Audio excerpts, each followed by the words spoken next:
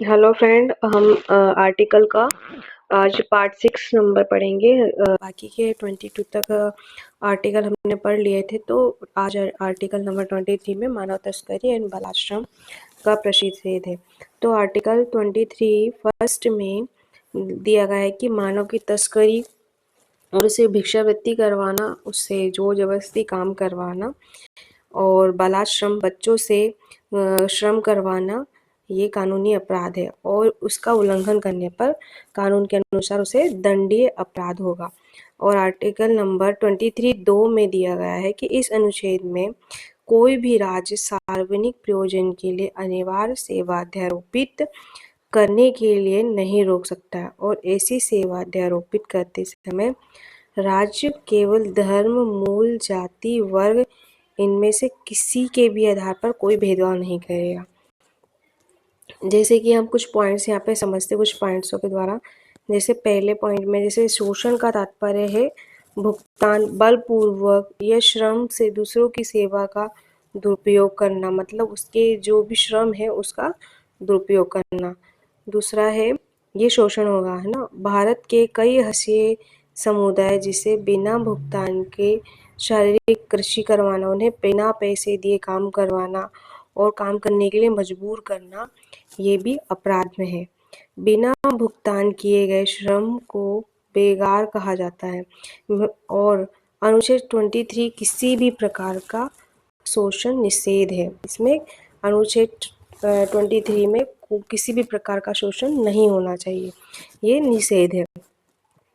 इसके अलावा किसी को उसकी इच्छा के विरुद्ध श्रम करने के लिए मजबूर करना, ये भी निषेध दिया गया है। संविधान में जबरन मजदूरी निषेध है। न्यूनतम मजदूरी मतलब कम मजदूरी पे कम पैसे पर भुगतान किए जाने पर या जबरन मजदूरी करवाने पर भी दंडनीय अपराध है। यह अनुच्छेद बंधुआ मजदूरी को भी असंवैधानिक बनाता है। ये संविधान में नहीं, ये असंवैधानिक है।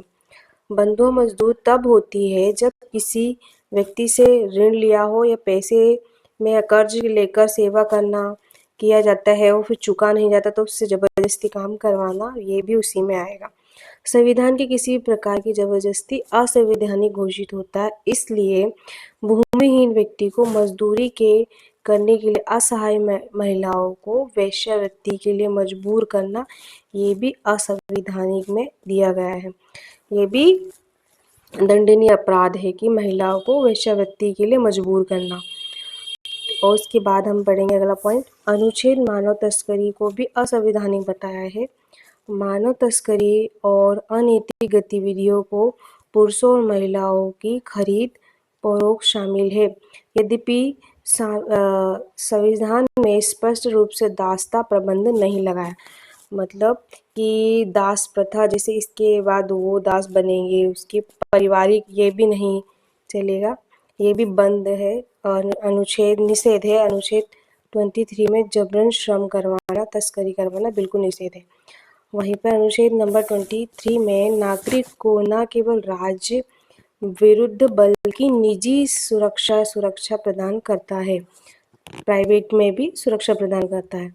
जैसे कि जिन्हें राज्य में कृत्यों पर जिन्हें अपराध माना जाता है, अपराध के खिलाफ दंडात्मक कार्रवाई करके नागरिकों को बुराइयों से बचाने के लिए बाधा है। समाज में इन बुराइयों को खत्म करने के लिए सकारात्मक कार्रवाई की जाएगी और करता भी है। संविधान के अनुच्छेद 35 के तहत संसद के अनुच्छेद 23 में निर्दिष्ट कृत्यों को दंडित करने के लिए कानून बनाने का भी अधिकार है। संसद कानून बना सकती है 35 के तहत।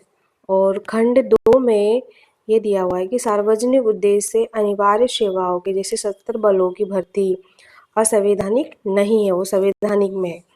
अनुच्छेद 23 के अनुसार संसद द्वारा जो पारित किया गया कानून है वो ऐसा है, महिला और लड़कियों के साथ अनैतिकता व्यापार का दमन अधिनियम 1956 में दिया गया है और बंधुआ मजदूरी प्रणाली उन्मूलन अधिनियम 1976 में दिया गया है।